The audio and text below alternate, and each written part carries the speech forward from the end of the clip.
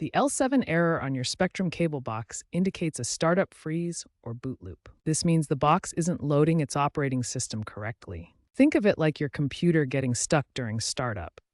It's usually caused by a software glitch, corrupted firmware from a failed update, or sometimes a hardware issue.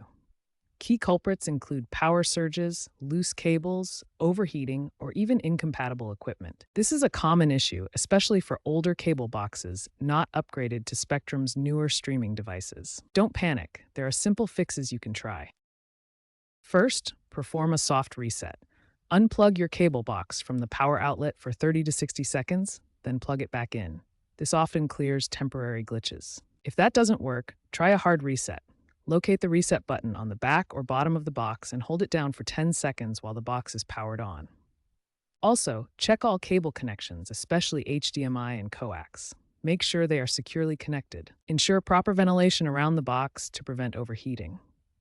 If the problem persists, Spectrum's app or website offers guided troubleshooting, or contact Spectrum at 1-833-267-6094 for further assistance. Remember, avoiding unplugging during updates and using a surge protector can help prevent future L7 errors.